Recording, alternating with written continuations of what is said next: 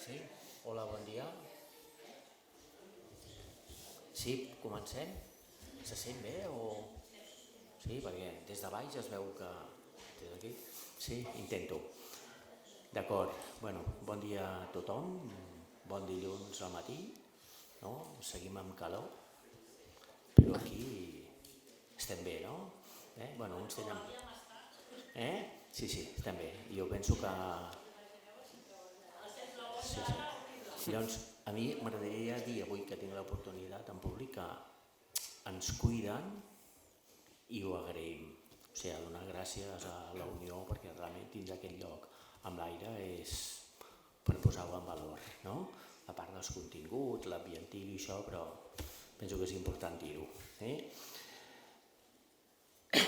Perdó, bé, avui continuem aquest tercer bloc, no? Que posa el focus en els interessos materials, els recursos i les conseqüències polítiques d'aquest nou paradigma bel·licista que estem vivint. Ahir, tant en Sani com l'Òscar i l'Alejandro ja ens en van fer unes primeres explicacions, no? Que van ser realment dures, però van ser realistes. No? I avui veurem un altre vessant i parlarem sobre el que està passant aquests últims anys amb els partits polítics d'extrema dreta, avançant electoralment i arribant a governar en diferents països. En nom de la seguretat i d'una suposada llibertat han retallat drets i han erosionat els pilars bàsics de les democràcies liberals, posant en risc la mateixa supervivència d'aquests sistemes. Ja pareu. Qui ens en parla sobre aquest tema és en Stephen Forti. Sí? Ens parlarà de 10 a un quart de 12, tindrem un quart d'hora per fer preguntes i anirem a esmorzar. Tot una miqueta flexible, donant una miqueta de llibertat a el que ell ens explica. No li voldria posar presses, com acostumem a fer. D'acord? Bé, l'Stephen Forti és professor titular d'Hisenda Contemporània a la Universitat Autònoma de Barcelona i membre del Centre d'Estudis sobre Dictadures i Democràcies. Les seves recerques es centren en els feixismes, els populismes, els nacionalismes i les extremes dretes en l'època contemporània, amb especial atenció a la història comparada i transnacional. Els seus darrers llibres són Democràcies en extinció, El espectro de les autocràcies electorales i Extrema dreta 2.0, què és i com combatir-la. O sigui que suposo que després d'escriure aquests llibres en sap una miqueta i ens podrà il·lustrar. Gràcies. Molt bé, bon dia a tothom, gràcies per la invitació, és un plaer estar aquí amb vosaltres i amb aquest lloc que és fantàstic i s'està molt bé també de temperatura. Llavors, faré la meva conferència en castellà perquè em surt molt millor que el català, llavors després al debat podem parlar en català, en castellà, com vulgueu. Comencem amb el PowerPoint, si... Ja que no es veu... Sí? Perfecte. Bueno, empezamos con esta foto que se ha quedado vieja. Se ha quedado vieja porque, como quizás sabéis, Trump ahora no tiene muy buena relación con Giorgia Meloni. Pero esta imagen me parece muy interesante para hablar del tema de la extrema derecha y la situación que estamos viviendo en estos años y más concretamente en la actualidad.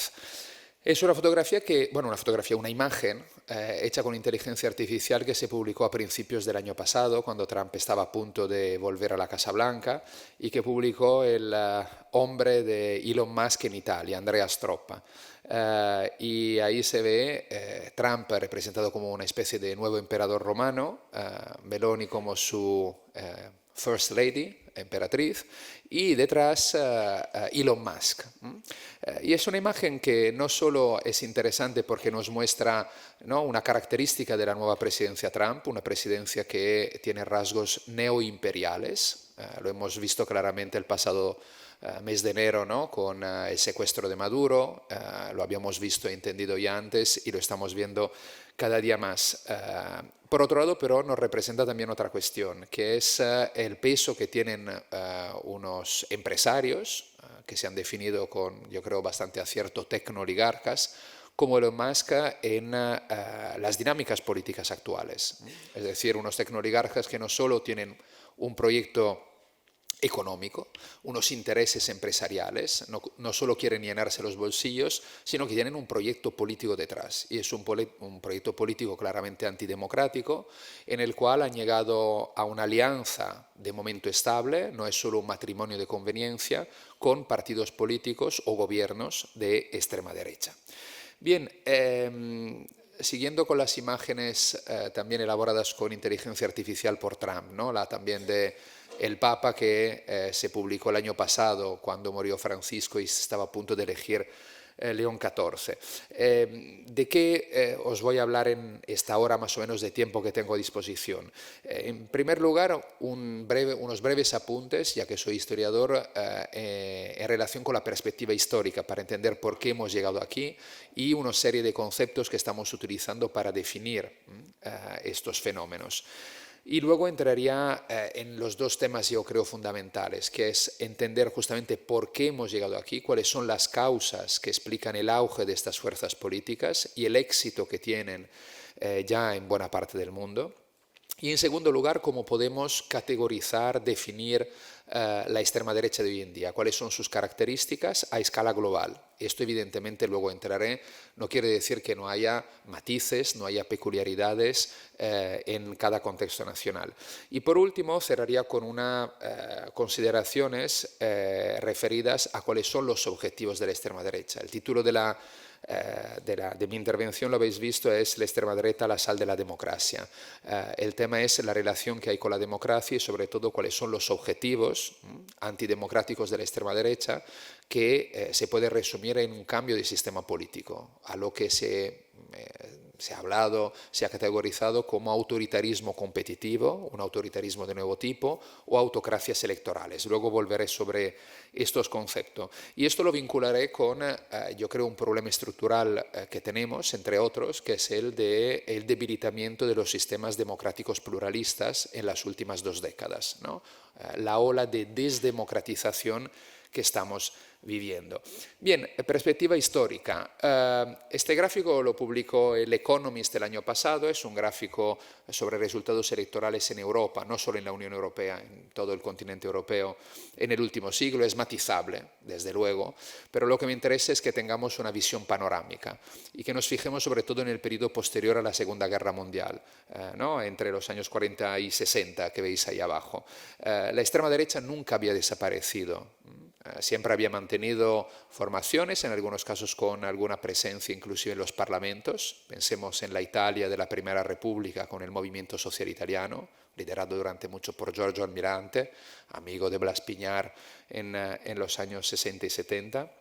Bien, pero era una fuerza minoritaria, una fuerza hiperminoritaria. Vemos que algo cambia a partir sobre todo de la segunda mitad de los años 80. Ahí es cuando Jean-Marie Le Pen, el Frente Nacional francés, obtuvo sus primeros éxitos electorales. Y luego vemos cómo a partir sobre todo de la segunda mitad de los 90, esa fuerza minoritaria empieza a tener unos éxitos bastante estables, manteniéndose a escala europea por debajo del 10% de los votos. En algunos países superaba ya el 20%, como en Austria, donde Jörg Haider llegó en el año 2000 al gobierno en coalición con los populares, con los conservadores austríacos. Y luego vemos como la línea negra, la de la derecha dura, la llamaba así el The Economist, empieza a subir de forma exponencial y continua a partir sobre todo de la crisis económica de 2008, hasta el punto de llegar en la actualidad a sumar más o menos el mismo número de votos de las dos familias políticas tradicionales, socialdemócratas y conservadores, Partido Popular Europeo, la derecha, digamos, que consideramos democráticas o que hace un tiempo se llamaba centro-derecha. Además, podríamos poner otro gráfico que es el de los resultados europeos de las elecciones de hace 2 años. En 2024, la extrema derecha superó todos sus récords a nivel de la Unión Europea. Y hoy en día, si sumásemos todos los partidos de extrema derecha que tienen representación en la Cámara de Estrasburgo, la extrema derecha sería el primer grupo parlamentario. Lo que pasa es que la extrema derecha está dividida, ¿no? Hay los patriotas por Europa, así se llaman, es decir, el partido con Vox, con Le Pen, con Orbán, con Salvini. Hay los conservadores y reformistas europeos, con Meloni, los polacos de Ley y Justicia y otras formaciones. Y luego hay un grupo técnico, digamos así, constituido por Alternativa para Alemania y algunos partidos menores del este. Si sumamos todas esas formaciones, la extrema derecha prácticamente sería la primera formación en número de escaños en el Parlamento Europeo. Esta es la fotografía con una cierta perspectiva histórica de lo que ha venido pasando en el último medio siglo. Ahora, si hablamos de conceptos, hay dos conceptos que vuelven continuamente.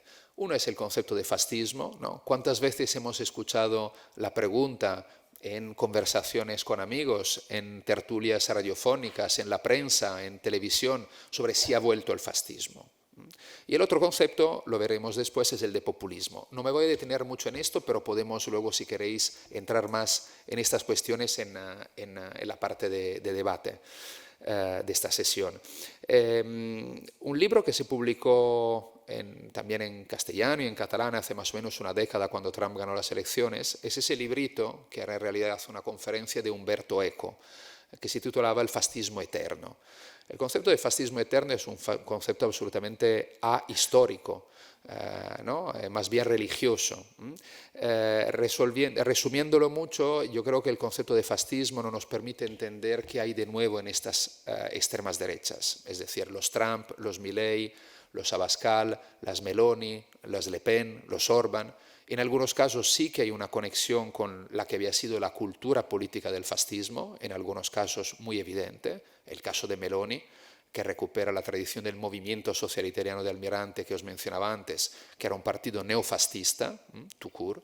En otros casos, en cambio, como en el caso de Orbán, o en el caso también de Milei o de Trump, es mucho más difícil ver una conexión directa con lo que había sido la cultura política fascista, tanto de la época de entreguerras como de sus transformaciones después del 45. Es decir, yo creo que tenemos que ampliar un poco la mirada y entender que no todo lo que es autoritario de derecha, extremo o radical y que es claramente también antidemocrático es de por sí fascista. Puede haber partidos políticos que son autoritarios y antidemocráticos y gobiernos o dictaduras que no son fascistas. Y eso no los hace menos peligrosos y menos amenazantes de los valores democráticos que como sociedad deberíamos defender. Y luego volveré de todos modos sobre ese tema hablando un poco más de las características de la extrema derecha. El segundo concepto es el del populismo, que es un concepto que desde mi punto de vista se debería borrar de los diccionarios de política, porque es un concepto absolutamente inútil para entender y definir cualquier cosa. Como sabéis, el concepto de populismo en los últimos 20 años se ha utilizado para definir cualquier cosa. En las elecciones francesas de hace 4 años, cuando volvió a ganar Emmanuel Macron, los 3 candidatos más votados habían sido definidos populistas. Marine Le Pen, populismo de extrema derecha, Jean-Luc Mélenchon, un populismo de izquierda radical, y Emmanuel Macron como un populismo neoliberal o de extremo centro. Ahora, si todos son populistas, ¿de qué nos sirve ese término para entender algo? Es decir, el concepto de populismo más bien esconde una cuestión que desde mi punto de vista que es clave, que es, y volveré sobre ella después, la crisis de intermediación. Es decir, nosotros estamos viviendo una profundísima crisis de intermediación, que es una de las causas estructurales que explica también el auge de la extrema derecha. Populismo, digámoslo así, se ha convertido en un cajón desastre para definir lo que no encaja o que parece no encajar con las políticas tradicionales.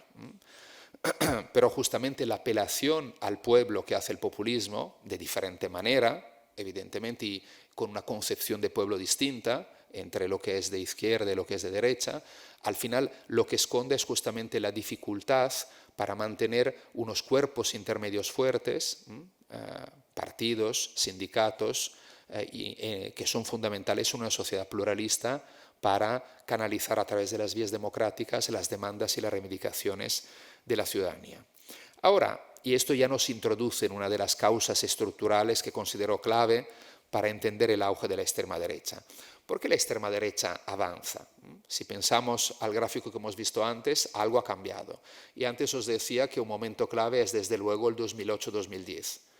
La profunda crisis que se abrió en septiembre de ese año con la bancarrota de Lehman Brothers, lo recordaréis, y lo que aquello abre, ¿no?, como una profunda crisis del sistema capitalista y del modelo neoliberal, una crisis financiera que se convierte rápidamente en una crisis económica, social y también política, en algunos casos institucional. Y evidentemente el tema de la economía, o mejor dicho, del aumento de las desigualdades socioeconómicas, es una cuestión clave para entender por qué estas fuerzas políticas han encontrado un terreno abonado a que su discurso, digámoslo así, para entendernos, populista, pueda encontrar, digamos, pueda funcionar.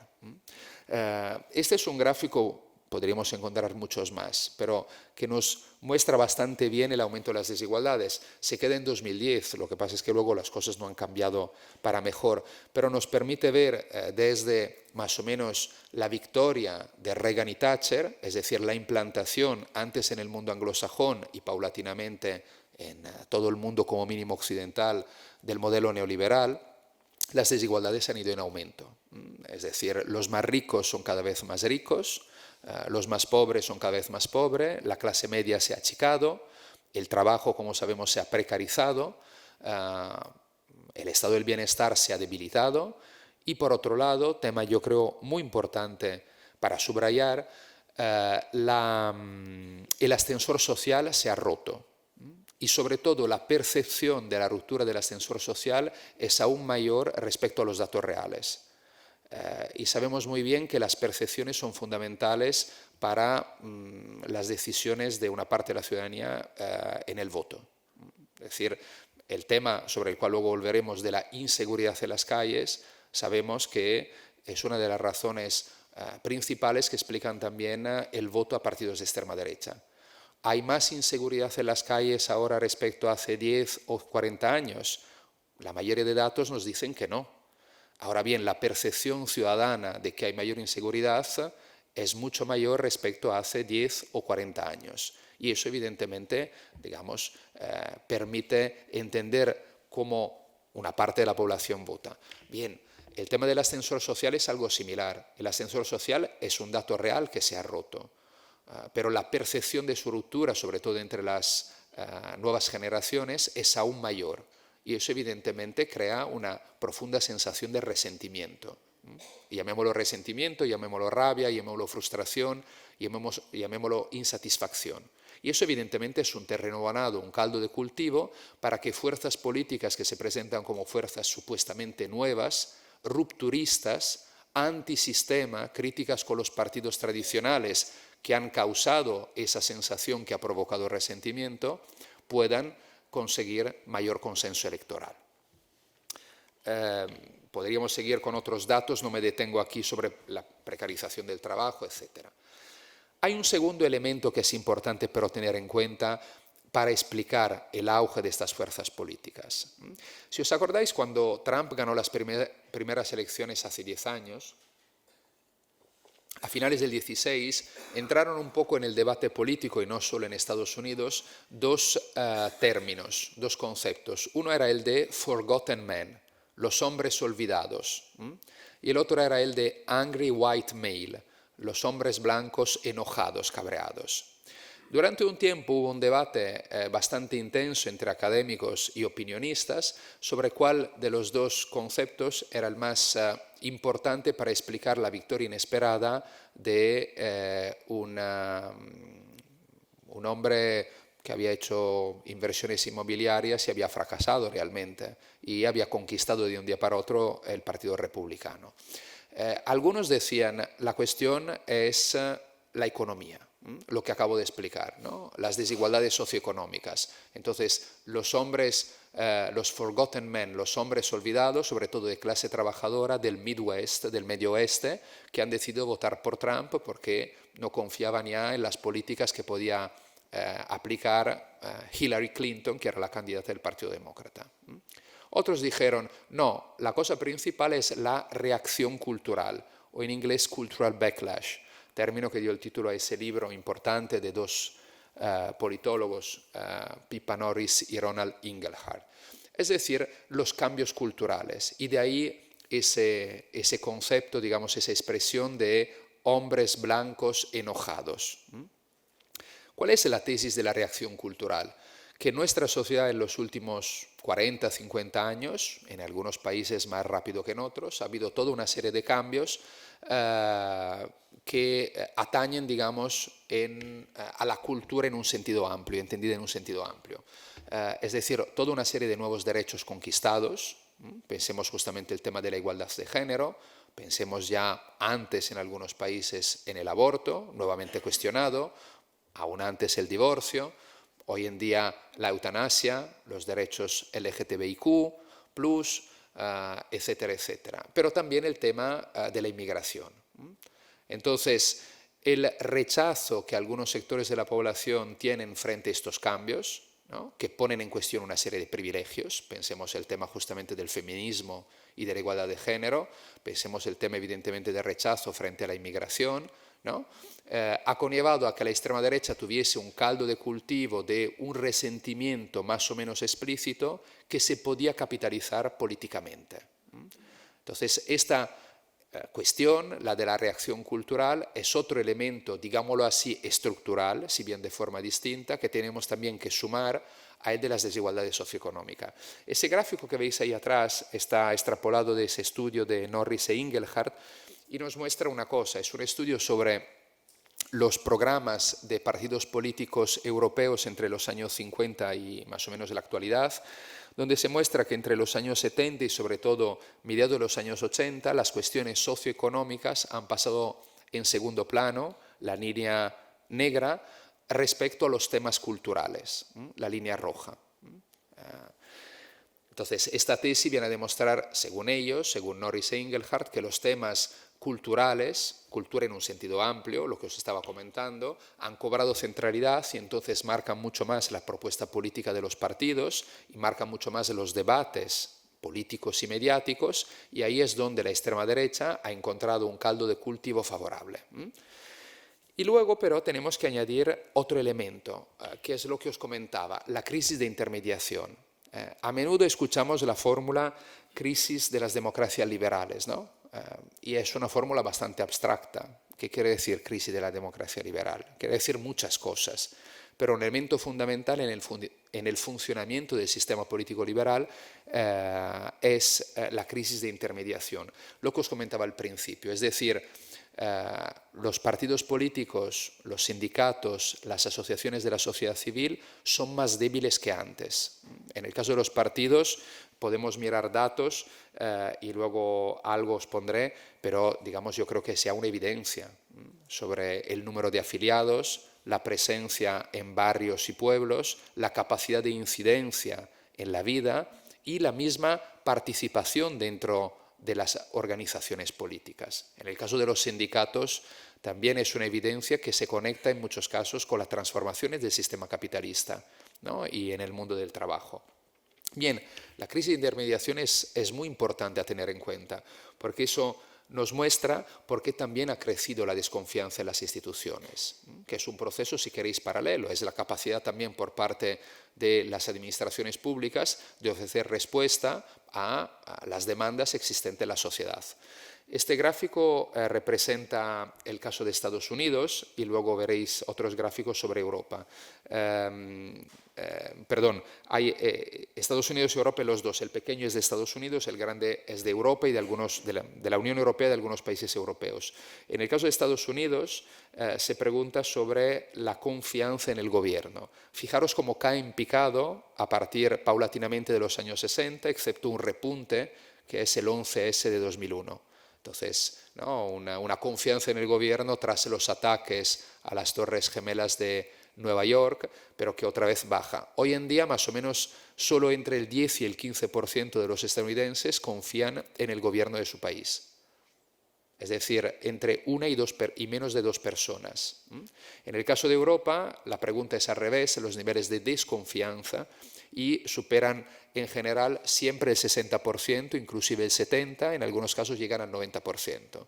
Es decir, difícilmente encontramos un país occidental donde más de 3 personas sobre 10 dicen confiar en el gobierno de su país.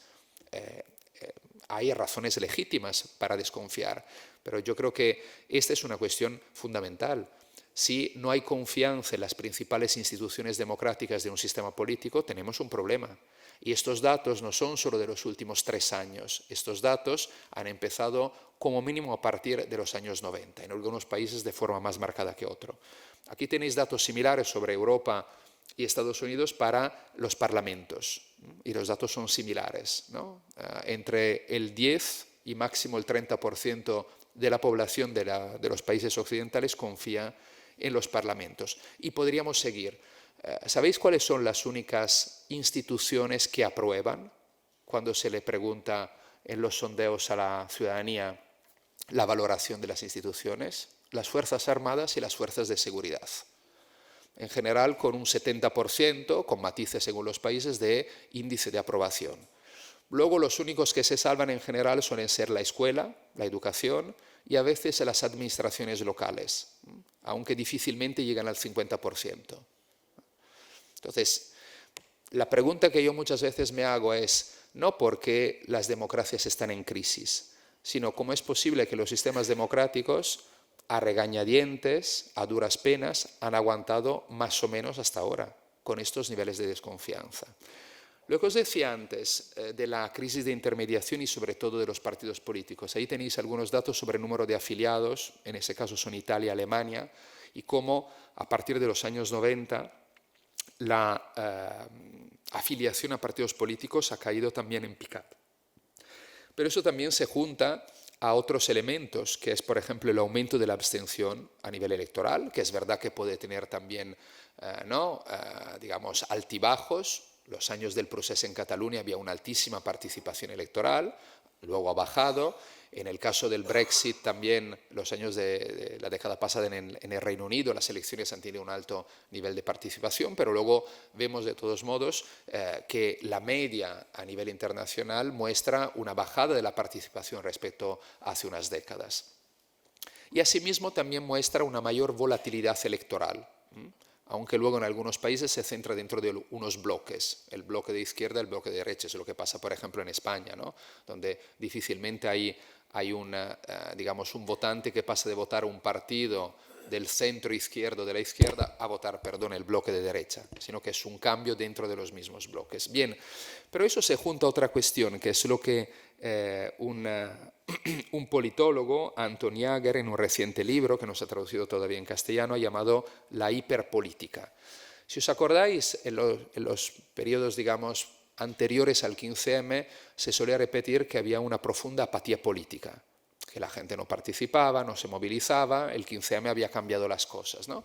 Pero se ha venido repitiendo eso, que estamos en años de apatía política. Jaeger, digamos, es crítico con esta interpretación y dice que estamos en la época de la hiperpolítica. Él hace un estudio sobre las movilizaciones sociales que ha habido entre 2010 y 2025 y dice que jamás a nivel global en la historia ha habido tanta gente que ha pisado las calles. ¿Cuál es entonces el problema? Dice que en general son tipos de movilizaciones más breves en el tiempo y sobre todo que no tienen luego una salida institucional. Y eso nos muestra la debilidad de los cuerpos intermedios para dar voz, ¿no?, a movilizaciones que pueden también convertirse en estallido revolucionarios. Pensemos, por ejemplo, en Sri Lanka, en Bangladesh, en Nepal, donde ha habido, digamos, movilizaciones sociales, inclusive con ataques a los parlamentos y cambios de gobiernos o cambios de regímenes. Bien, pero en general lo que muestra eso es que estamos en una fase de una hiperpolítica donde, digamos, la pata débil de todo el sistema es los cuerpos intermedios. El caso de los sindicatos es algo sobre el cual no me detengo. Y eso nos lleva a una cuestión interconectada, que es la atomización de la sociedad. Estamos en sociedades que comparado con hace unas décadas están más atomizadas, más deshilachadas, desestructuradas. Y eso tiene sobre todo dos causas. En primer lugar, el impacto de la ideología neoliberal. El neoliberalismo evidentemente no ha sido y no es, siempre que sigue existiendo, porque yo creo que estamos frente a un nuevo tipo de neoliberalismo, lo podemos hablar, ¿no?, en estos años respecto al que conocimos en la época de Thatcher y Reagan. Pero el neoliberalismo no solo ha sido una serie de políticas de recorte del gasto social, de privatizaciones, de flexibilidad, es decir, precarización laboral, sino también ha sido una serie de valores, como el individualismo exacerbado, la competitividad, entendida en un sentido neoliberal. Y estos valores han influido en la sociedad tras 40 años de hegemonía de las políticas neoliberales. Han atomizado más la sociedad, las han convertido en sociedades más individualistas. Y el otro elemento que explica esta atomización es, desde luego, el impacto de las redes sociales y de las nuevas tecnologías más en general. Pasamos más tiempo delante de una pantalla en vez que hablar con nuestros vecinos. Entonces, si nosotros sumamos estos elementos, la crisis de intermediación de la política, la atomización de la sociedad, y además añadimos las causas más de tipo socioeconómico, el aumento de las desigualdades y el fenómeno de la reacción cultural, entendemos que la extrema derecha no es la causa de la crisis de las democracias, sino que es un síntoma.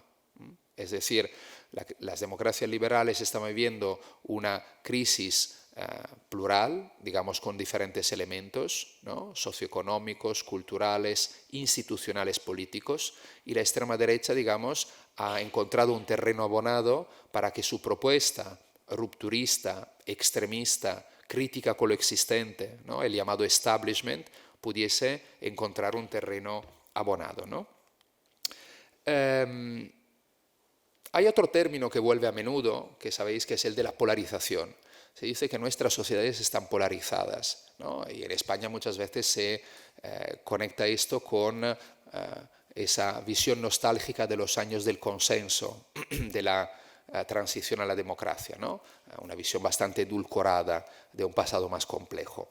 Bien, yo creo que el término de la polarización se está convirtiendo un poco como el término de populismo, un término que parece decir mucho y que luego no dice, no explica la realidad de las cosas. Ahora bien, hay que, yo creo que hacer una aclaración. Una cosa es que es normal que haya un cierto grado de polarización política e ideológica en la sociedad, porque no pensamos todos igual.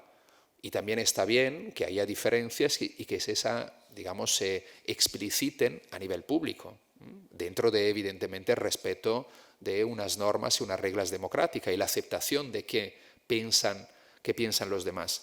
Ahora bien, lo que ha surgido en los últimos años, y estudios sociológicos lo han demostrado, es la que se llama polarización afectiva, que no es sencillamente tener opiniones distintas sobre políticas públicas o sobre digamos, el tipo de políticas que un gobierno puede aprobar y aplicar, sino la polarización afectiva, es decir, el rechazo del otro por lo que representa.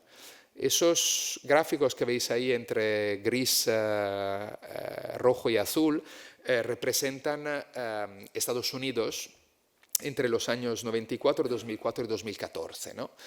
Y lo que se muestra es que la parte gris, que es, digamos así, el consenso, la capacidad de llegar a un compromiso, ha disminuido mucho. Las preguntas de las cuales se han elaborado estos gráficos es, por ejemplo, ¿qué piensa usted si su hija o su hijo se casara con un chico o una chica del otro partido? Cuando uno dice que es votante demócrata. Entonces crece el rechazo, ¿no? Crece la polarización afectiva.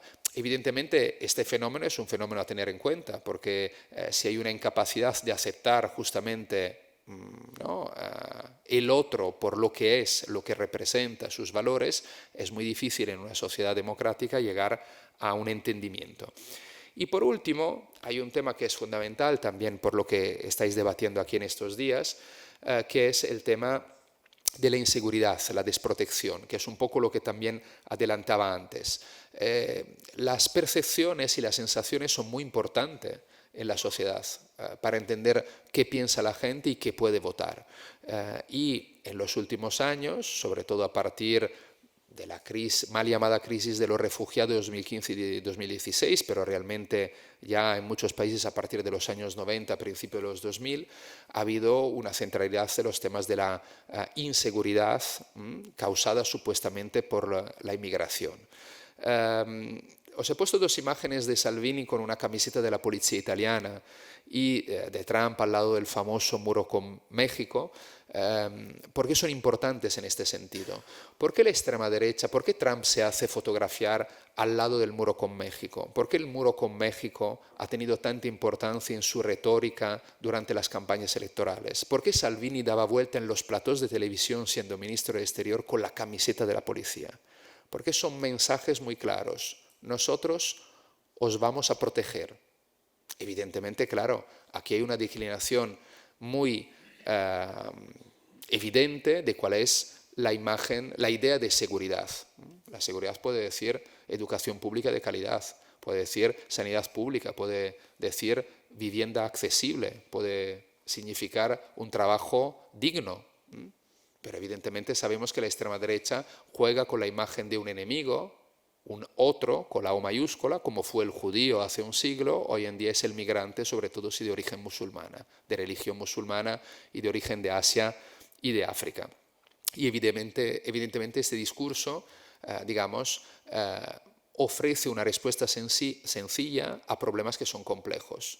Y frente a una incapacidad, en muchos casos, de resolver temas estructurales, hay una parte de la población que compra ese discurso. Y entonces nosotros os ofrecemos seguridad, os ofrecemos protección.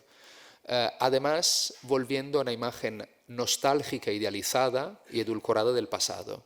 Esos viejos buenos tiempos a los cuales la extrema derecha promete volver. ¿Por qué Trump en su discurso de toma de posesión del año pasado ha subrayado muchísimo el tema de volver a la edad dorada de Estados Unidos? Por esa misma idea, volver a los viejos buenos tiempos. Esa idea nostálgica es una idea que la extrema derecha utiliza muchísimo, evidentemente movilizando las que Spinoza llamaba las pasiones tristes, el miedo y el odio. Sobre el cual luego volveré rápidamente. ¿Qué es? Yo he definido de una forma irónica esa extrema derecha 2.0. ¿Por cuál razón? Uno, para intentar superar el debate un poco interminable si es fascismo o no es fascismo, y para mostrar que aunque hay elementos de continuidad, hay también elementos nuevos. Entonces estamos enfrente de un nuevo tipo de extrema derecha y no solo de una nueva versión del fascismo, por así decirlo. Por otro lado, porque las nuevas tecnologías han tenido una importancia notable en el avance electoral y en la normalización de las ideas de la extrema derecha. Por eso, yo creo que es muy importante, sin perder de vista las peculiaridades nacionales, entender la extrema derecha de hoy en día como un fenómeno global. ¿Y por qué es importante considerarlo un fenómeno global? Por un lado, porque tienen las mismas referencias ideológicas. Hay matices, ahora veremos algunos, pero comparten una misma visión del mundo. Y eso pasa con Javier Milei, Donald Trump, Nayib Bukele, Le Pen, Orbán, Farage, Meloni, Ventura, etcétera, etcétera. Ellos mismos se sienten parte de una misma batalla contra unos enemigos comunes, representados supuestamente por el progresismo, el liberalismo, el globalismo, la inmigración masiva, ¿no? Para evitar lo que ellos llaman el declive de Occidente. Y estas referencias ideológicas comunes son evidentemente el nacionalismo, más o menos exacerbado, la defensa de la soberanía nacional, aunque luego en algunos casos no es cierto, cuando vemos que Milei prácticamente le entrega el país a Peter Thiel y a Elon Musk y sus recursos naturales, la crítica al multilateralismo y el antiglobalismo, que atención, no es solo o lo es solo parcialmente una crítica a la globalización neoliberal. Es sobre todo un ataque al orden liberal internacional que se había construido tras la Segunda Guerra Mundial, es decir, la existencia de organismos internacionales desde las Naciones Unidas a la Organización Mundial de la Salud, etcétera, etcétera. Por otro lado, la defensa de los valores conservadores, con matices, ¿no? Hay algunas formaciones que en esto, pensemos en Vox, son mucho más radicales que otras, como por ejemplo en el norte de Europa, Geert Wilders en Holanda, las extremas derechas de Escandinavia, que son un poco más abiertas en temas como el tema del feminismo, la igualdad de género, o el tema de los derechos LGTBI o el aborto. Pero en general es una defensa de valores tradicionales, la familia natural, como la suelen llamar, ¿no? Etcétera, etcétera. Por otro lado, hay otra gran bandera que defienden, que es el antiprogresismo. El concepto de progresista o progres es la Clau diría, un significante vacío en el cual meter cualquier cosa. En un tuit de hace unos meses, Flynn, que había sido un militar de Estados Unidos que trabajó en la primera administración de Trump, dijo que los progres que querían destruir Estados Unidos y los valores occidentales estaban representados por Keir Starmer, que bueno, Keir Starmer era un progre a medias, hemos visto que su carrera ya ha prácticamente acabado, pero bueno, lo podemos al menos considerar un miembro de un partido de centro-izquierda, el Labour Party. Pero luego metía Flynn también a Macron y a Merz. Ahora, considerar al canciller alemán Merz, líder de la CDU, un progre, es como mínimo cuestionable. ¿Por qué cito a ese tuit esperpéntico de Flynn? Porque el concepto de progre es justamente un significante vacío donde poner todo lo que no es extrema derecha. Y entonces va desde Merz hasta Jean-Luc Mélenchon, que son supuestamente enemigos de los valores occidentales y que trabajan desde dentro para destruir los valores que hizo Occidente tan libre y tan fuerte, según la retórica de la extrema derecha. Y luego, conectado con el nacionalismo, hay, desde luego, ¿no?, el identitarismo, el nativismo, la xenofobia, el rechazo de la inmigración. Ahora, luego hay peculiaridades nacionales, porque parafraseando a un historiador que hace 40 años escribió una de las primeras historias de la Falange en España, Ricardo Chueca, que intentaba contestar al famoso debate que sigue existiendo de si el régimen franquista fue un régimen fascista tout court, fue un régimen fascistizado o sencillamente una dictadura autoritaria pero no fascista, dijo, bueno, cada país da vida al fascismo del que necesita. Es decir, para entender las culturas políticas tenemos que entender el contexto político de un país y el pasado. Es decir, yo creo que esto vale también para la actualidad. Es decir, cada país da vida a la extrema derecha de la que necesita. Entonces, en Argentina tenemos un Javier Milei que es bastante imposible de emular, no solo por sus conciertos de rock en los mítines políticos, ni tampoco por hablar con su perro muerto, ¿no?, a través de una medium, sino por su propuesta política, su retórica, su lenguaje, el partido, organización que ha constituido, La Libertad Avanza, ¿no?, que tenemos que contextualizarla en la realidad argentina.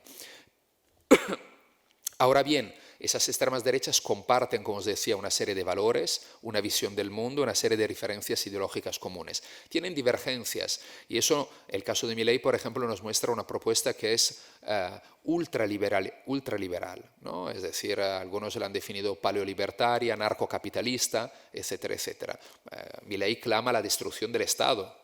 ¿No? Para él estaría contento si el Estado no existiese. En el caso de, por ejemplo, el lepenismo, si bien hay diferencias, ¿no?, entre Bardella y Le Pen, por lo que nos dice la prensa en los últimos meses, vemos una propuesta que sobre todo intenta defender el Estado social francés solo para nativos. Y de ahí el concepto de welfare chauvinismo, es decir, chauvinismo del Estado del bienestar.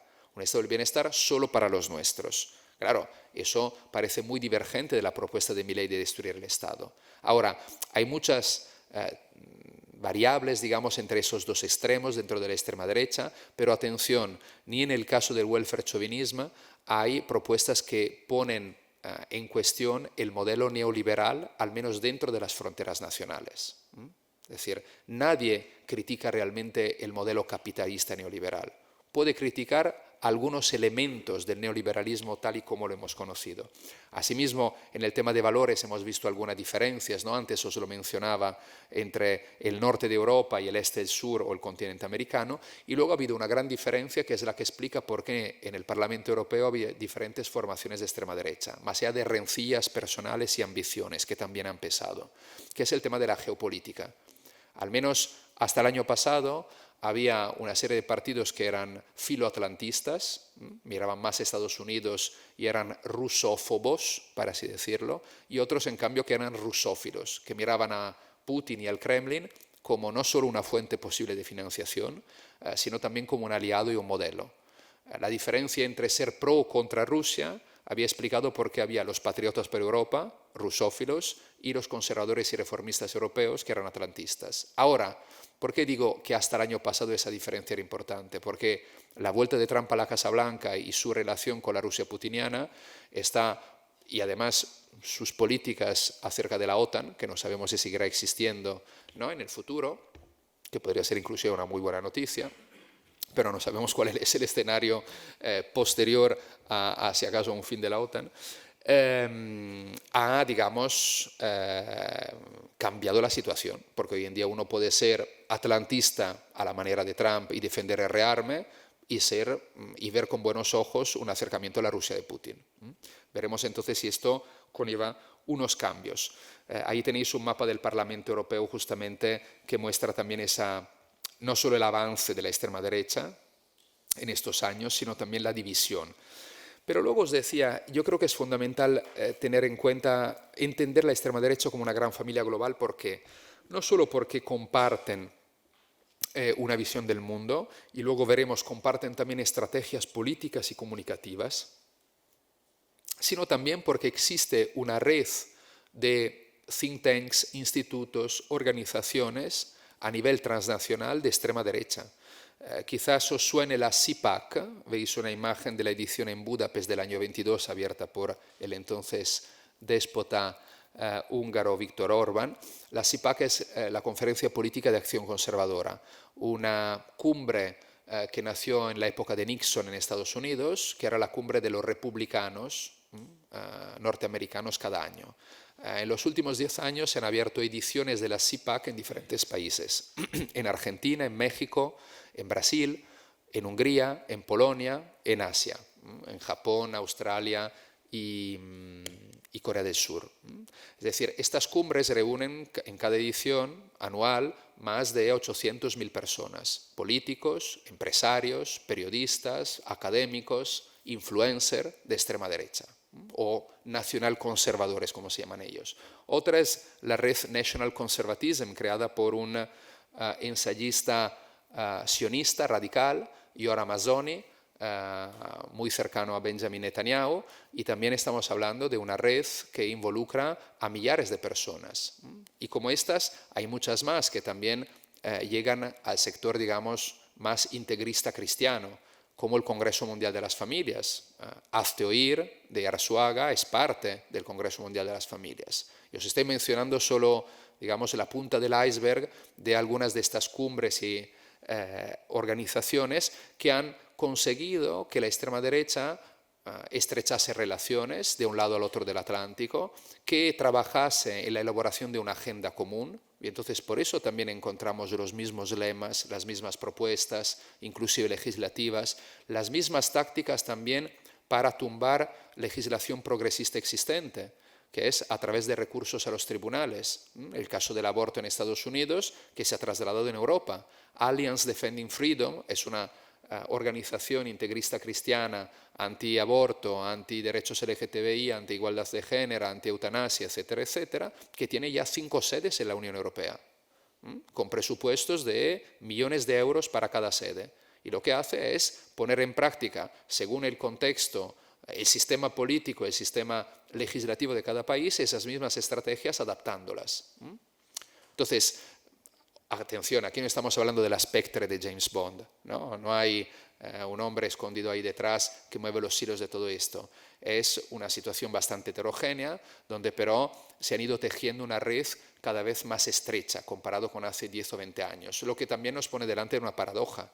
Las formaciones más nacionalistas son hoy en día, lamentablemente, las más organizadas a nivel internacional. ¿Es incoherente? No, yo creo que han aprendido una cuestión, que más allá de ser nacionalistas pueden tener puntos en común, y aquí la idea de defender los valores de Occidente le viene muy bien, esa visión del mundo que los puede hacer trabajar juntos, más allá de que pueda haber tensiones y fricciones. Y por otro lado, haber entendido que el networking, como se dice en inglés, es útil y funciona.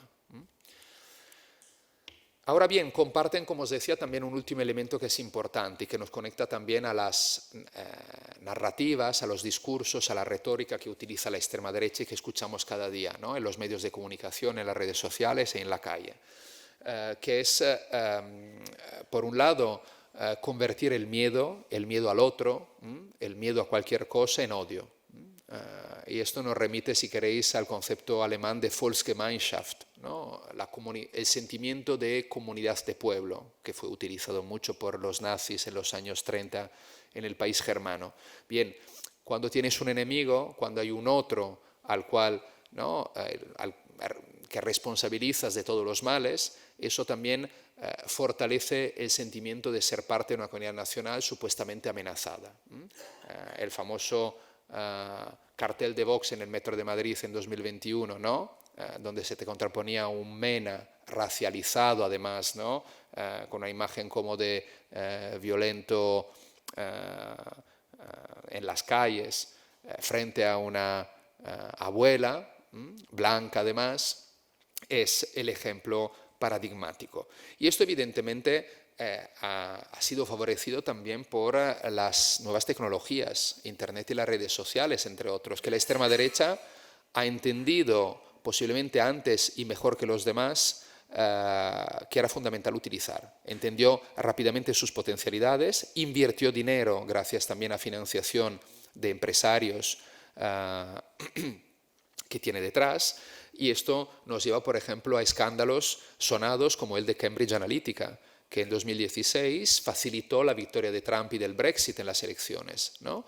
Es decir, la sustracción ilegal de datos de millones de usuarios, en ese caso de Facebook, para poderlos analizar, entender cuáles eran las filias y las fobias de cada usuario, /ciudadano, /votante, y luego poderle enviar una propaganda personalizada para o bien movilizarlo más para que votase en favor del Brexit o en favor de Trump, o bien intentaba desmovilizarlo para que no votase en contra del Brexit o a favor de Hillary Clinton. El caso de Salvini, que también en Italia utilizó a través de un gurú de las redes sociales, Luca Morisi, había creado un equipo de 34 personas que trabajaba 24 horas al día y noche en sus redes sociales, justamente basándose en el sentiment analysis, en análisis de los sentimientos, de las emociones, entendiendo también, digamos, una cuestión que las redes sociales favorecen los discursos vinculados a emociones fuertes como odio y miedo, ¿no? Esos elementos los algoritmos los facilitan y entonces son más viralizables y tienen más impacto. Y por otro lado tenemos, no cabe ni decirlo, figuras como Elon Musk, que directamente han entrado a comprar una plataforma social y la han puesto a disposición de la extrema derecha. Esto se conecta también con la difusión de fake news o bulos y teorías de la conspiración, ¿no? Los bulos son viejos como el mundo, así como las teorías de la conspiración. Si pensemos, ¿no?, el protocolo de los sabios de Sion, ¿no?, que tanto hizo para fortalecer los estereotipos antisemitas entre finales del XIX y la primera parte del XX. Ahora bien, es indudable que a través de las redes sociales la viralización de los bulos y de las teorías de la conspiración es mucho mayor que antes, ¿no? Y eso es algo que ha permitido, junto a lo demás, la normalización de las ideas de las extremas derechas. Ideas que antes eran inaceptables se han convertido en aceptables y en algunos países directamente en mainstream. Teorías de la conspiración supuestamente esperpénticas, como la de los birthers, los que pedían a Obama el certificado de nacimiento porque decían que había nacido en Kenia. El mismo Trump, por ejemplo, difundió esta teoría de la conspiración, hasta el punto que Obama tuvo que presentar su certificado de nacimiento. QAnon durante más o menos el COVID, ¿no? Esa teoría también esperpéntica que supuestamente dice que hay una guerra entre el bien y el mal y Trump representa el bien porque el mal lo que está haciendo es una red de pedofilia escondida, ¿no?, en algunos lugares secretos para violar a niños. Y en esta red estaría la familia Clinton, Obama, las estrellas de Hollywood progresistas como George Clooney. Claro, son algo que pensamos que no tienen impacto y sí que tienen impacto. Hay congresistas del Partido Republicano que vienen de haber entrado en política por haber sido militantes del movimiento QAnon. O así el tema que sabemos sobre el COVID, o el tema, por ejemplo, de la llamada teoría del gran reemplazo, que difundió entre otros el francés Renaud Camus, ¿no? Que supuestamente dice que hay un plan de las élites globalistas representadas por figuras como George Soros, que están trabajando para sustituir la población blanca europea con inmigrantes provenientes de África y Asia.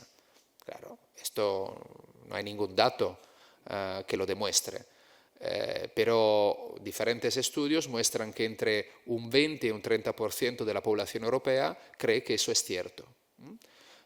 Y por otro lado, vemos cómo esta teoría de forma explícita, gran reemplazo, o implícita, hablando de invasión de inmigrantes, de sustitución étnica, es repetida hoy en día para presidentes de gobiernos, líderes de partidos políticos que obtienen el 20 o inclusive el 40% de los votos, y aparece de forma bastante constante en medios de comunicación y en redes sociales.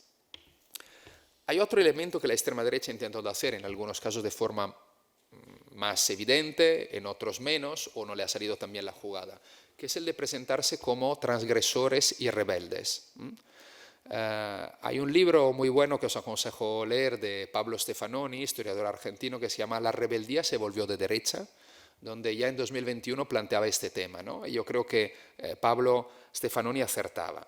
Es decir, fijaros, por ejemplo, en Javier Milei, que antes de entrar en política se vestía de capitán ANCAP, anarcocapitalista, y daba vuelta por los teatros porteños gritando en contra de Keynes y de las políticas sociales. Claro, bueno, dice, una persona un poco perturbada, ¿no? O muy egocéntrica, probablemente las dos cosas. Pero más allá de esto, dejemos el lado, digamos, de análisis psicológico de los líderes de extrema derecha y entendemos que lo que ha conseguido Milei es canalizar la rabia presentándose como un rebelde, como un transgresor, como un provocador. Y lo mismo está haciendo Trump, basta que lo escuchemos cada vez. Puede que sea también demencia senil en parte la de Trump, sí, es posible, pero no es solo eso. Es una estrategia bien labrada, de presentarse como provocadores, ¿no? Frente a la que llaman cultura de la cancelación, frente a la que llaman dictadura progresista o del pensamiento único, que sería representada por la izquierda y los liberales. Nosotros decimos y hacemos lo que nos da la gana, porque además se presentan como defensores de la libertad de expresión, del free speech, frente a una supuesta censura.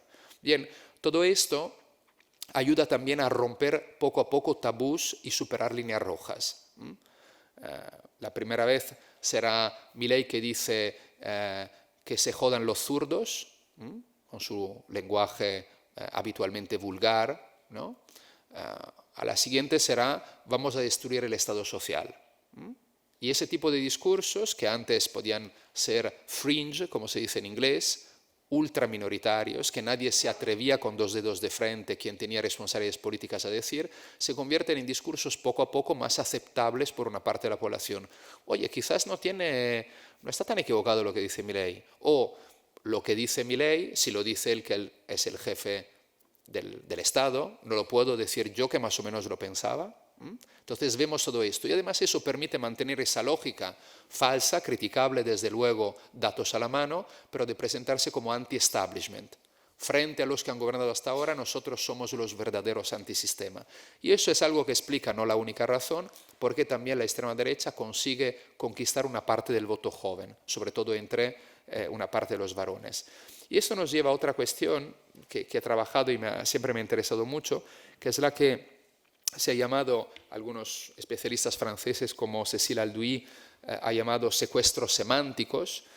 Con Paco Veiga en un libro hemos hablado de parasitismo ideológico y que se conecta con tanto la batalla cultural como con las guerras culturales. Para poner un poco de orden, la batalla cultural es una estrategia política que se suele ir atrás al Kulturkampf de Bismarck, pero sobre todo lo que planteó el pensador comunista italiano Antonio Gramsci a partir del concepto de hegemonía cultural. Es decir, Gramsci hablaba de una guerra de posiciones en la primera posguerra que el Partido Comunista tenía que librar y no una guerra de movimiento, haciendo una metáfora militar, sino una guerra de posiciones para conseguir los baluartes, en italiano le casematte, de la burguesía. Y entonces en esa manera, digamos, conseguir una hegemonía cultural que hubiese podido ser el primer paso para luego una hegemonía política. La extrema derecha, con figuras como Alain de Benoit, que veis fumando un cigarro en la fotografía en blanco y negro, releyó a partir de finales de los 60 Gramsci e intentó apropiarse Gramsci, no porque se convirtieron de izquierda, sino porque adoptaron esa centralidad de la batalla cultural con el objetivo de conquistar la hegemonía cultural. Y de Benoit, que ha sido fundador de la llamada Nouvelle Droite, la nueva derecha francesa, lo puso en práctica con la estrategia llamada de metapolítica, que es en la práctica lo que os estaba explicando. Ellos la llamaron la metapolitización, centrarse sobre todo en crear grupos culturales para influir en la política y en la sociedad, a través de los medios de comunicación, la escuela, las universidades, o influyendo como think tank en otros partidos políticos ya existentes. Bien, la guerra cultural, en cambio, es algo que hoy en día ha cobrado mucha centralidad y que, digamos, se suele explicar como la centralidad de las batallas identitarias en el debate político, ¿no? La centralidad de la inmigración, la centralidad de los temas de género, la centralidad de las cuestiones LGTBIQ o de la cuestión trans, etcétera, etcétera, etcétera. Es decir, cuestiones que supuestamente podrían conllevar una ruptura de los clivajes tradicionales izquierda-derecha, pero sobre todo con un objetivo, que marquen los debates públicos y digamos, que puedan, digamos, permitirle mantener la iniciativa política a nivel digamos, discursivo a la extrema derecha. A esto añadimos esos otros dos conceptos, secuestro semántico y parasitismo ideológico. En el caso francés, Alduy, pero también otros como Michel Elchaninov, ha mostrado cómo Marine Le Pen, tras haber sustituido el padre al frente del Frente Nacional, ha desarrollado una estrategia para secuestrar semánticamente algunos conceptos políticamente muy importantes en el país galo. Por ejemplo, república, por ejemplo, laicismo. La extrema derecha francesa, hasta Jean-Marie Le Pen, era monárquica y católica.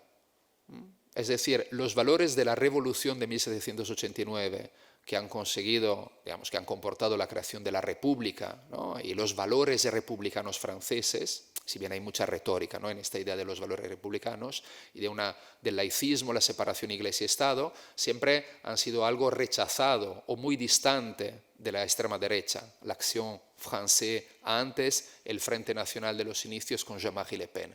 Bien, Marine Le Pen ha intentado, en cambio, secuestrar esas ideas.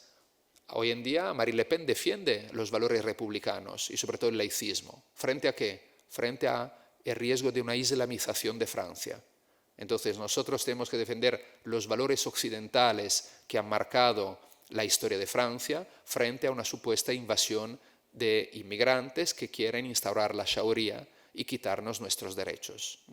Vemos ese secuestro semántico, pero eso lo vemos también en el lenguaje o en los símbolos. Fijaros que Matteo Salvini, que no es desde luego un comunista, pero lo digo porque en su autobiografía de 2016, en las primeras 10 líneas, cita Antonio Gramsci, Fabrizio De André y Don Milani. Quizás estas referencias no suenen del todo, pero es como si Abascal escribiese una autobiografía, en las primeras 10 líneas citase a la Pasionaria, a Paco Ibáñez y a un cura obrero del Pozo del Tío Raimundo. Claro, ¿esto hace Salvini más de izquierda? No. Eso es una estrategia para secuestrar los símbolos, apropiarse, aunque sea de una forma retórica e inclusive podríamos decir chabacana. Y esto ha conllevado, por ejemplo, a que Philippe Corcouf, un sociólogo francés, hable de la gran confusión. Corcouf dice, no es que la izquierda y la derecha hayan dejado de existir, cosa que comparto 100%, sino que se ha intentado, digamos, crear mucha más confusión a nivel semántico y a nivel de debate público. Y entonces, donde Marine Le Pen puede decir, nosotros somos lo que antes era el Partido Comunista porque defendemos los trabajadores franceses frente a la Unión Europea y frente a los migrantes. Ahí encontramos Salvini, que cita justamente a Gramsci. Ahí encontramos Steve Bannon, en esa cita que veis ahí, que en 2003, Steve Bannon, ex consejero de Trump, ¿no? Figura que representa el movimiento MAGA, aunque ahora con menos poder que en el pasado, que dice, soy un leninista. Claro, dices, ¿no? Bannon y Lenin. Bueno, ¿por qué? Lo dice también porque dice, Lenin quería destruir el Estado y yo también, ¿no?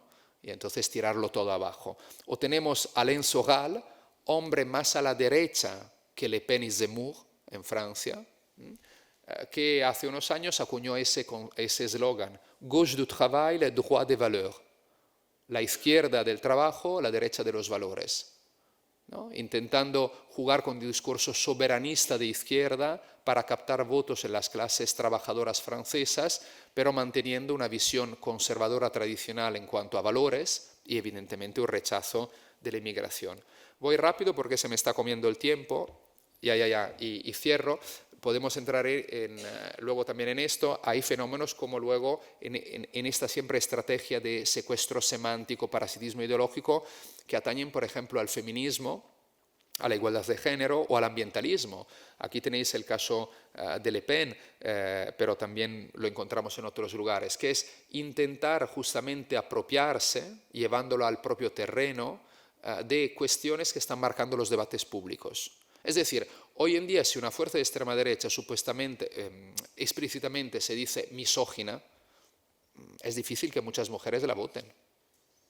Entonces, ¿cuál es la estrategia que muchas fuerzas han adoptado? Y no solo cuando hay líderes mujeres como Meloni, Weidel, que además es lesbiana y reivindica ser lesbiana, pero eso no ha comportado que Alternative für Deutschland tenga políticas más favorables al colectivo LGTBIQ, es intentar apropiarse de la defensa de los derechos de las mujeres, siempre vinculándola al nacionalismo, es decir, el rechazo a la inmigración.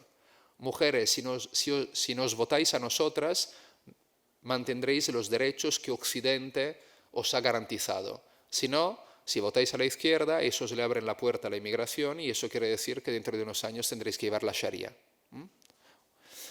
Lo mismo pasa con el patriotismo verde, ¿no? Fijaros, a mí siempre me hace bastante gracia el nombre del colectivo Nueva Ecología que fundó el partido de Le Pen hace unos años, cuyo lema era para una ecología patriótica.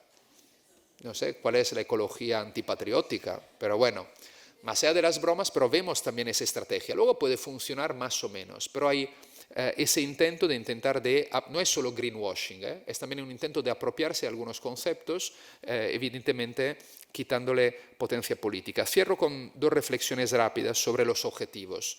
Un objetivo la extrema derecha ya lo ha conquistado, que es el de normalizarse. Estamos ya en esa pantalla, la hemos superado. Aquí veis una metáfora que se utiliza bastante en politología, que es la de la ventana de Overton. Overton era un politólogo conservador, Joseph Overton, que había creado esa idea para decir que en cada sociedad hay, digamos así, una ventana. Lo que es aceptable decir en una sociedad está dentro de esa ventana. Lo que no es aceptable se queda fuera. Ejemplo, en el 37 en Alemania, decir que los judíos eran responsables de todos los males del país y era una amenaza para Alemania y se tenían que tomar decisiones y medidas para su expulsión, inclusive, como sabemos poco después, su eliminación, estaba dentro de la ventana de Overton. En el 74 o en el 96, en Alemania no estaba dentro de la ventana de Overton. Ahora, la ventana se puede mover o se puede ensanchar. Y lo que hemos visto en los últimos 20, 25 años ha sido como la ventana de Overton se ha ensanchado hacia la extrema derecha. Es decir, no es que en muchos casos no se haya también ensanchado hacia la izquierda. Pensemos, por ejemplo, el tema del ambientalismo, que desde 2005 a 2020 ¿no? se ha movido más a favor, digamos, de luchar contra el cambio climático, pero al mismo tiempo se ha ensanchado hacia la extrema derecha. El ejemplo de la teoría que os hacía antes del gran reemplazo, de la sustitución étnica, es un ejemplo. Hace 20 años nadie con 2 dedos de frente que participaba en una tertulia radiofónica se hubiese atrevido a hablar de gran reemplazo o sustitución étnica. Y no porque estas teorías del complot no existiesen en círculos neofascistas o suprematistas blancos. Claro que existían, solo que nadie se atrevía a decirla. Hoy en día, en cambio, se han roto poco a poco tabús, se han superado líneas rojas y hoy en día es normal escucharlo. Esto no quiere decir que el 100% de la gente esté de acuerdo, pero ha entrado en lo aceptable. Y eso evidentemente sigue un poco, si queréis, a largo plazo la estrategia de dar la batalla cultural para normalizarse y para ser hegemónicos en una sociedad. Ahora, ¿cuál es el otro objetivo? Yo vengo como historiador de haber estudiado, de haberme formado sobre todo en el estudio de los fascismos del siglo pasado, ¿no? Tenemos una suerte cuando estudiamos el fascismo histórico, que yo al menos no lo he vivido y he podido evitarlo, pero el otro como historiadores es que sabemos cómo aquello empezó y terminó, y eso nos da perspectiva histórica. Los regímenes fascistas, ¿no?, eran regímenes totalitarios de partido único. El cambio de sistema político por parte del fascismo fue eso, ¿no? La democracia liberal es más débiles, más frágiles comparado con la que hemos conocido en el último medio siglo, transformada en un régimen totalitario de partido único. Bien, ¿cuál es el objetivo a nivel de cambio de sistema político, si lo hay, de la extrema derecha?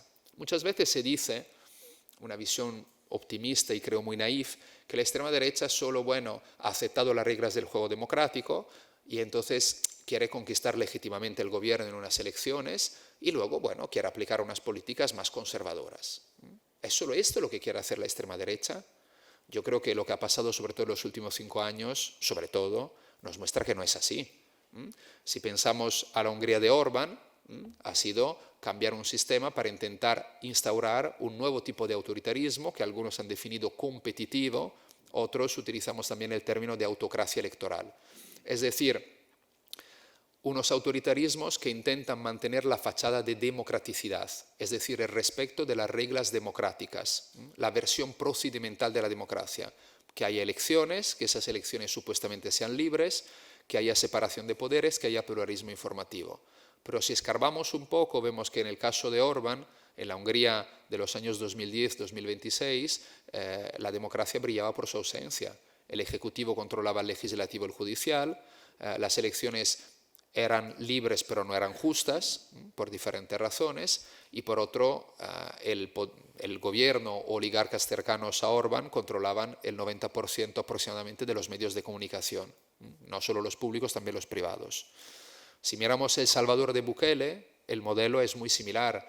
Si miramos lo que intentaron hacer los polacos de Ley y Justicia, de Kaczynski en Polonia entre 2015 y 2023, el camino es muy similar. Si miramos lo que está haciendo Trump en Estados Unidos, vemos que está intentando ir en la misma dirección. Si miramos lo que Meloni ha intentado aplicar en Italia desde 2022, si bien no ha tenido suerte mucho hasta la fecha, va en la misma dirección. Hay unos patrones comunes de una manera de sustituir el sistema político para crear regímenes autoritarios hasta un cierto punto aceptables de cara a nivel internacional. Y cierro solo con estas consideraciones, ¿no? Antes os decía, la extrema derecha es síntoma de la crisis de la democracia, por una serie de razones, no su causa. Y esto nos lo demuestran también diferentes estudios. Esto, por ejemplo, es, para mí, yo creo, el mejor informe que se elabora sobre el estado de salud de las democracias a nivel internacional, el Instituto VDEM. Atención, eso no quiere decir que todo sea perfecto. Estos estudios se basan sobre una serie de ítems, ¿no?, que se elaboran y eso permite establecer el grado, digamos, de salud de la democracia en un país. Pero a mí lo que me interesa aquí es que nos fijemos sobre el tipo de regímenes a nivel global. En el gráfico veis en color azul las democracias que a partir de mediados de los años 70, en la llamada tercera ola de democratización, ¿no?, habían ido aumentando y sobre todo se habían implementado después del 89-91, y vemos cómo a partir de 2008 hay un parón en seco y hay un retroceso que desde ese momento ha continuado de forma interminable hasta la actualidad. Es decir, hoy en día tenemos tan solo el 26% de la gente a nivel mundial que vive en regímenes que podemos considerar democráticos, si bien mejorables, pero democráticos. Cuando hace 20 años eran el 50%. Hoy en día el 74% vive en regímenes que podemos considerar autocráticos, o bien autocracias cerradas, es decir, regímenes autoritarios de tipo duro, si queréis, ¿no? Irán, por ejemplo, ¿no? Arabia Saudí, o autocracias electorales, como es el caso, por ejemplo, de El Salvador, para nombrar algunos, o también de Venezuela. Y aquí tenéis otros índices que nos muestran más de lo mismo. El Freedom in the World, que ya en 2023 hablaba de 18 años de declive de la libertad a escala global, ¿no? Y aquí tenéis otro dato que se conecta con esto, y se conecta con esa idea de rebeldía y de liderazgo más o menos carismático que muestra la extrema derecha, y ya termino, que es la simpatía para líderes autoritarios. Siempre ha existido en la historia, pero ha ido increciendo a partir de 2005-2009. El color rojo que veis en el gráfico a vuestra izquierda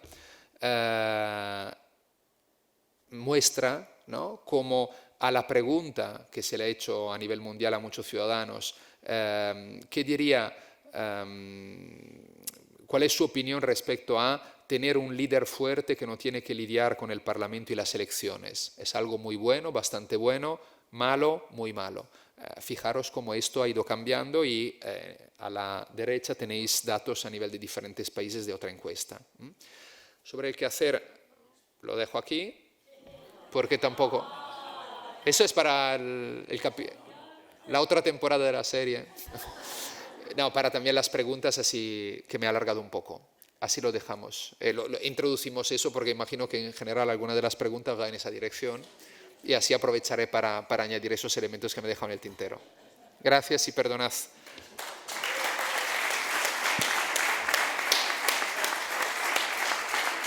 Gracias. No, por favor. Pero bueno, no, está bien, el café que sean parte Sí. de les preguntes. Què fem? Què fem? Bueno, doncs fem una estoneta, unes preguntes, no? Buah. A veure, no sé en quin ordre han sortit totes, perquè han sigut com a molles. Molt petita. Dues i tres. Tres. Una pregunta pequeña. Què fem? ¿Cordón sanitario? Hacemos una ronda, ¿sí, no? Hacemos tres y... Bueno, primero de nada, muchas gracias por la exposición tuya, que ha sido muy extensa y muy buena. Yo tenía 2 o 3 cuestiones para comentarte. Vivimos en este momento en un mundo en el cual, digamos, la apropiación de la riqueza no cesa, es decir, hay cada vez menos sectores que consiguen mayores porcentajes de la riqueza generada a nivel local y a nivel mundial, y la mayoría de los sectores, sobre todo trabajadores y populares, cada vez perciben menos. Entonces, una pregunta que yo me hago es, ¿hay una base real, material, de malestar social? Es decir, a mí me están diciendo que el PIB aumenta todos los años 2,5%, pero yo no lo noto. Es decir, yo no llego a fin de mes, tengo más de un trabajo, tengo problemas. No hablemos ya de la vivienda, porque localmente aquí, por ejemplo, en el caso del Estado español, entre la presión del turismo y la penetración de los fondos de inversión, ya no se puede vivir, es decir, ya no consigues un lugar donde vivir. La inseguridad laboral, es decir, puedo conseguir trabajo, es decir, las estadísticas me dicen que permanentemente la cantidad de gente que cotiza aumenta, pero los salarios son, en muchos casos, a pesar de que ha habido un aumento del salario real y todo, no me permiten llegar a fin de mes.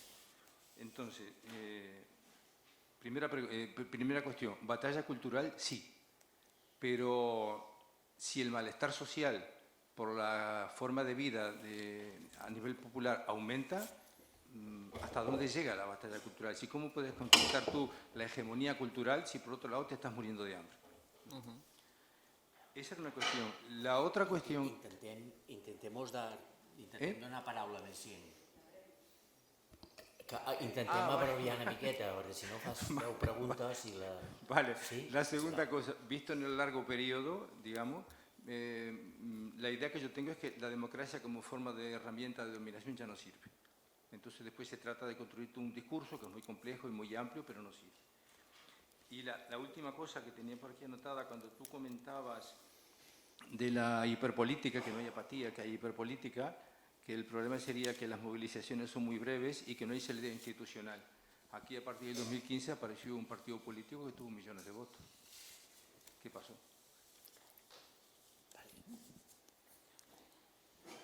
No, bueno.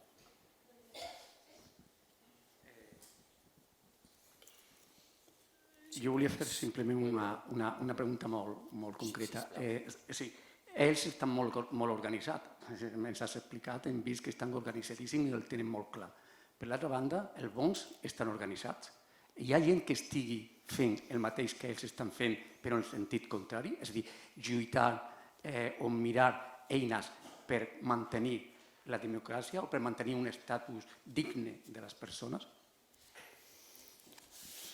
Muy bien, gracias. Son todas preguntas fáciles de contestar, ¿no? La última de la del $1.000.000, ¿no?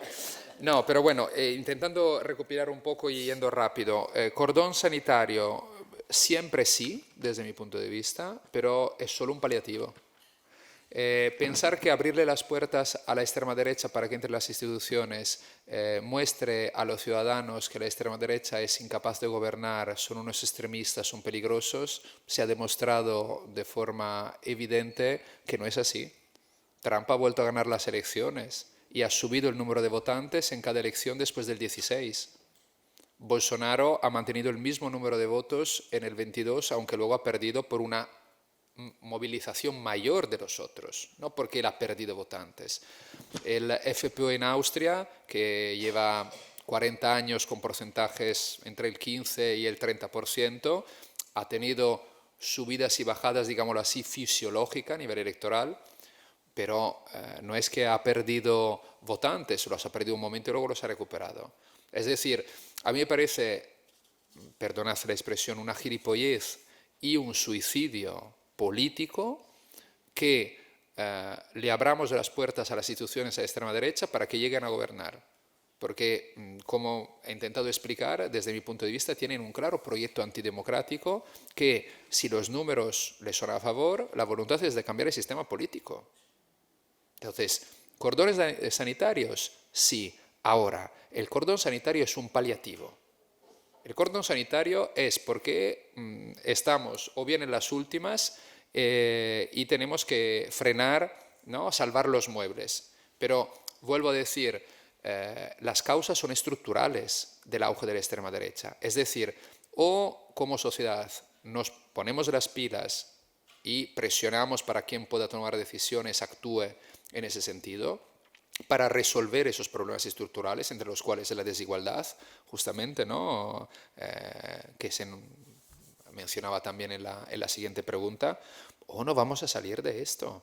¿La extrema derecha podrá perder algunas elecciones? Sí, pero no va a desaparecer. ¿Por qué? Porque son problemas estructurales.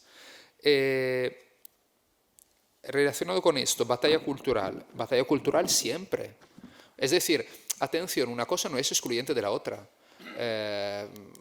Miremos también la historia. El movimiento obrero en el siglo XIX, las condiciones de vida materiales de la gente eran mucho peores de la de ahora.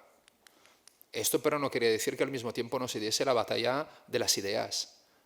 Una cosa no puede ir sin la otra. Es decir, organización y batalla de las ideas.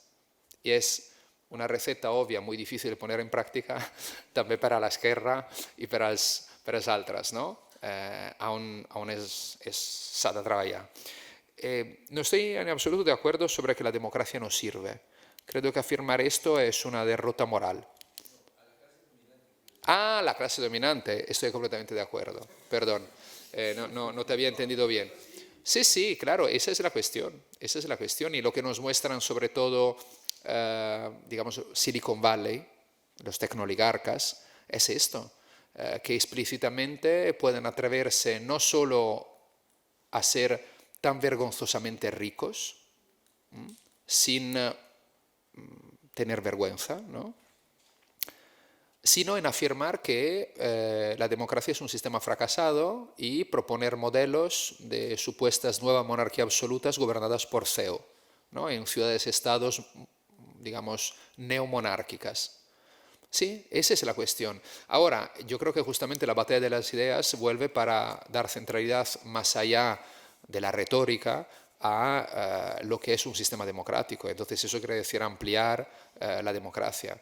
Pero claro, eso se hace solo colectivamente. Es decir, no hay un intelectual que te cuente lo que tienes que hacer y un partido político que lo hace, porque además los partidos políticos están como están. Y luego sobre ¿no? la última pregunta sobre bueno, el qué pasó y si ha no? casos interessanti. No? Beh, hi ha coses interessants, però jo crec que els problemes de fons es mantenen. I repito, hi ha el tema que hi ha problemes estructurals. Llavors, o hi ha una distribució de la riquesa diferent, o hi ha una forma d'ampliar, no? Eixamplar les democràcies i de trobar una forma de participació ciutadana diferents, perquè la darrera vegada no ha funcionat tampoc aquí, com hem vist, no? El 15M i tot això ha durat el que ha durat. Llavors jo crec que hi ha molt treball a fer, molt treball a fer. Això però no significa que soc pessimista. Jo soc optimista, no? Però com deia Gramsci, hi ha el pessimisme de la raó i l'optimisme de la voluntat. No? Llavors jo crec que hem de ser optimistes, ser conscient que és molt difícil, que estem en una situació complicada, però que hi ha possibilitats de canviar les coses, perquè si no, los ricos tendrían peluca y coleta, ¿no? Y no hubiese habido la Revolución Francesa. Quiero decir, las cosas pueden cambiar y las cambia justamente la gente. Ara, és complicat, és difícil, perquè tenim també problemes estructurals d'organització. Jo crec que sense organització és molt difícil canviar les coses. Si bé puede haber brotes de sublevación debido a una causa o la otra, pero luego eso se tiene que consolidar, ¿no? Y tiene que conllevar a cambios estructurales. Y este yo creo que es el reto, lo que planteaba un poco con el concepto de hiperpolítica Jagger, ¿no? Que salió. Fem una segona ronda. 1, 2, 3, 4. ¿Vale? Hola, mira, yo quería hacer una reflexión, quería ofrecer una reflexión a ver si estáis de acuerdo. Y es que en realidad para mí el auge de la extrema derecha es simplemente una vuelta de tuerca más de la depredación del sistema ultraliberal. Es decir, no es nada extraño, dado que desde que nació el sistema capitalista no tiró por la vertiente de Adam Smith, la vertiente más social, sino por la vertiente más depredadora. Y yo pienso que estamos justamente ahí, es decir, ya nos dejaron el sistema de bienestar, del estado del bienestar por la amenaza comunista después de la Segunda Guerra Mundial, pero llegó la Thatcher, llegó Reagan, Kissinger y compañía, la Escuela de Chicago, y decidieron que ya a los ricos, es como decía Fraga, que ¿por qué un obrero tiene que llevar zapatos y tendría que llevar alpargatas, ¿no? Entonces eso lo tienen muy claro, sobre todo porque a más alpargatas nosotros, más zapatos los ricos, ¿no? Entonces a lo que me refiero es que yo, tal como lo veo, es simplemente entender una vuelta de tuerca en la que... Intenta resumir una miqueta. Sí, ya acabo. Sí, és que si no... Sí, bueno, pero más que nada para que se me entienda. Però... Sí, És que vale. 4 paraules. Un minut. Bueno, entonces, en definitiva, para mí la cuestión es simplemente una evolución natural, diría yo, del sistema ultraliberal, combinado con el fomento de la tontocracia, es decir, con que la gente de a pie tenga cada vez menos información, sea más burra y, digamos, todo eso del progresismo, de voluntarioso de los años 60, de que los obreros también tenían derecho a saber y todo eso, pues eso se pasó en el mismo momento. Entonces, ya acabo, esa es Esa es la reflexión que yo intento aportar para todo el mundo y para que muestren su opinión. Vale, gracias y disculpen. Vale, allà darrere, Julián, allà. Intentem ser breus, sisplau. Sí, bueno, intentarem. Tot això és molt complex i ens has dit moltes coses i molt interessants, però jo voldria centrar en dos aspectes i a veure tu quina solució veus o quina alternativa en aquest sisè punt de què fer, què fer. Ens estan furtant la cartera a l'esquerra i al nacionalisme moderat. És a dir, estan dient-nos que els antics votants de la socialdemocràcia i de l'esquerra, que són els beneficiaris de l'estat de benestar que ha construït l'esquerra, estan dient-nos si venen més immigrants no tindreu l'estat de benestar, tindreu menys serveis socials, etc. Per tant, estan furtant per ahir el votant de l'esquerra. I també estan furtant el votant nacionalista. Clar, estan dient que si tu eres espanyol o si tu eres català o eres el que siga, tu eres... Això, l'estat de benestar és pels teus, no pels altres. Per tant, d'alguna manera, estan furtant-nos doblement la cartera pel costat del votant d'esquerres que està passant. En França passa això, el Partit Comunista a l'extrema dreta, a Le Pen, etc. I així està passant coses semblants. Aleshores, clar, què fer? Perquè ells, quan estan dient primer tu, l'espanyol, clar, això és molt tentador. Tu eres espanyol, tu eres català, tu eres primer. Clar, com contrarrestar tot això? Gràcies. Aquí davant. Aquí. No, només volia ressaltar el de la intermediació, el crisi d'intermediació, que m'ha semblat interessant, m'ha obert alguna cosa mentalment i llavors, suposo que he d'entendre-ho més bé. Però la intermediació, entesa no només en partits, en sindicats, sinó en institucions civils, entenc. Les institucions civils, si cada cop són menys democràtiques, doncs també és fàcil acceptar que no sigui tan democràtic els governs i les institucions. N'hi ha una última allà darrere i acabem.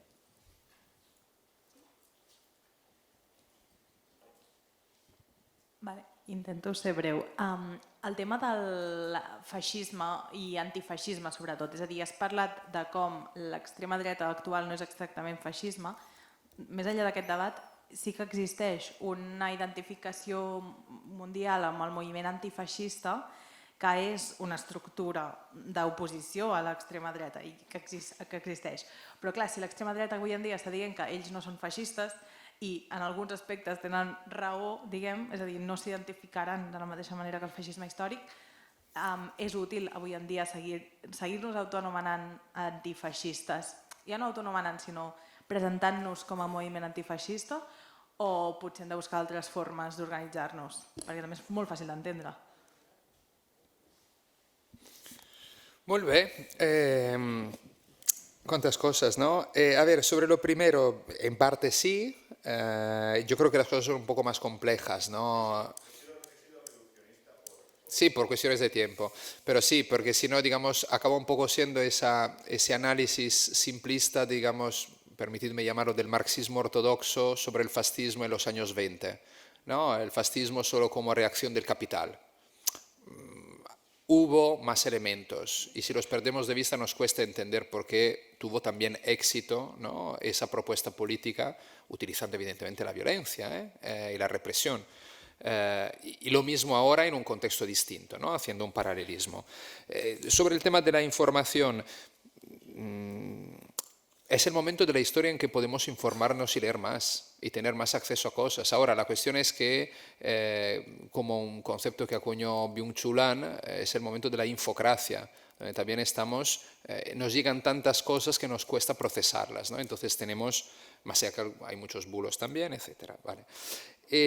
Sobre el voto de la clase trabajadora y la prioridad nacional, ¿no?, un poco que iba por ahí la cuestión, ¿no?, y el qué hacer. A ver, parece simplista lo que os digo, pero hay que volver a esos problemas estructurales. Si la gente está menos, digámoslo así, enfadada porque se lo pasa mal, evidentemente los cantos de sirena de la extrema derecha tienen menos capacidad de llegar a esa gente. Entonces hay que hacer políticas valientes. Esa es, digamos, el qué hacer, es la respuesta principal. Por otro lado, yo creo que luego a nivel discursivo lo que se puede también hacer es, por un lado, intentar demostrar que las políticas que la extrema derecha haría hacia la clase trabajadora no favorecen a la clase trabajadora. Y eso me parece también lo obvio.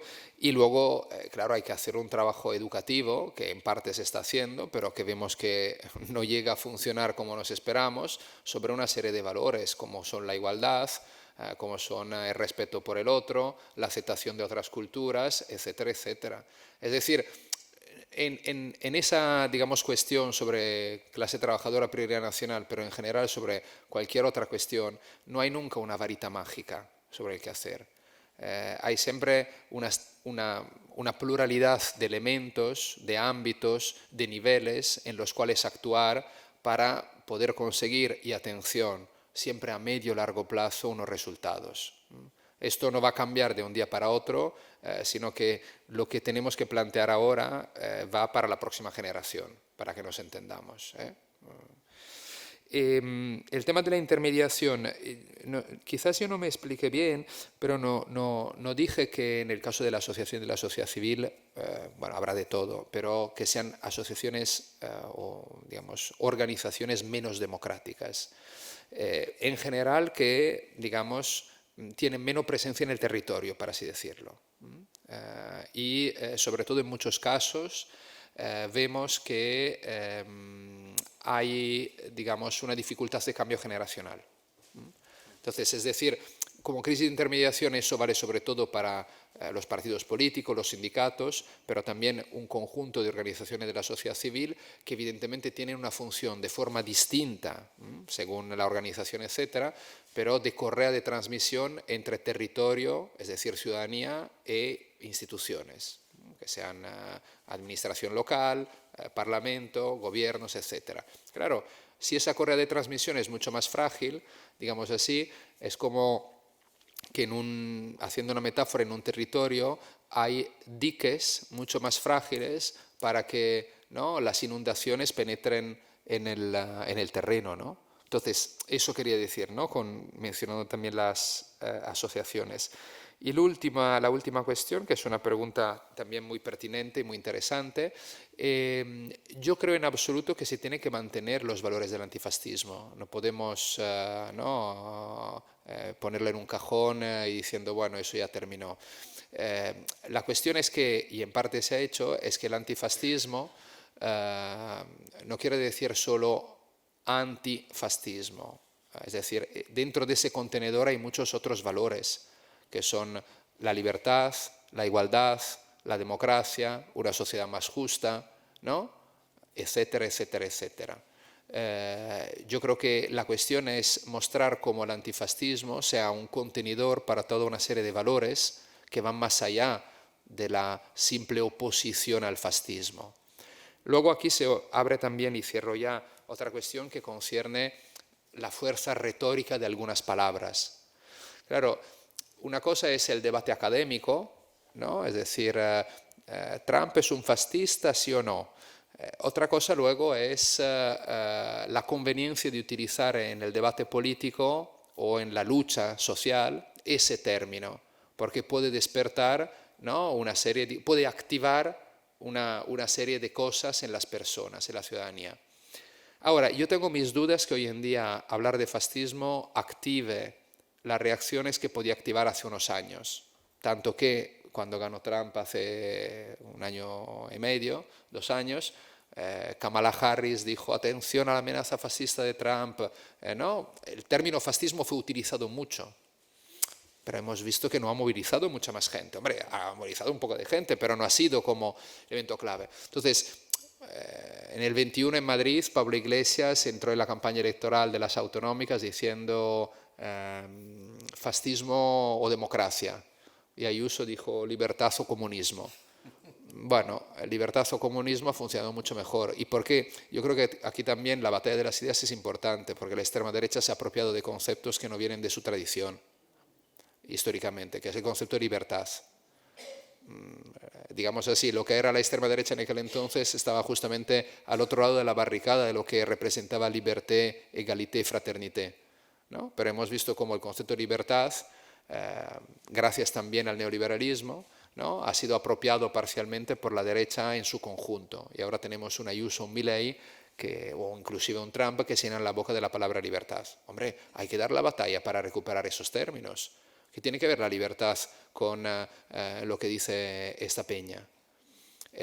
Entonces, no sé hasta qué punto utilizar también políticamente el concepto de fascismo hoy en día sea útil, aunque es cierto que no hay palabras fuertes que activen, ¿no? Decir extrema derecha no activa mucho, ultraderecha tampoco, derecha radical ni lo hablemos, populismo, olvídate. No sé cuál es la palabra. Creo pero que hablar de fascismo para entender también lo que representan, lo que son, cómo actúan, cómo comunican, cómo se organizan las extremas derechas, desde mi punto de vista no es útil, es decir, es incorrecto. Dicho lo cual, tu pregunta era sobre el antifascismo, yo en cambio creo que sí, que hay que mantenerlo, hay que actualizarlo, es decir, mostrar que dentro de este concepto de antifascismo hay toda una serie de valores, hay una visión del mundo y en ese sentido no creo que se tenga que tirar a la papelera de la historia, ¿no? Como se tiró Artur Mas, ¿no?, hace unos años. O al menos así dijeron. Vale, ja està. Molt bé, ho deixem.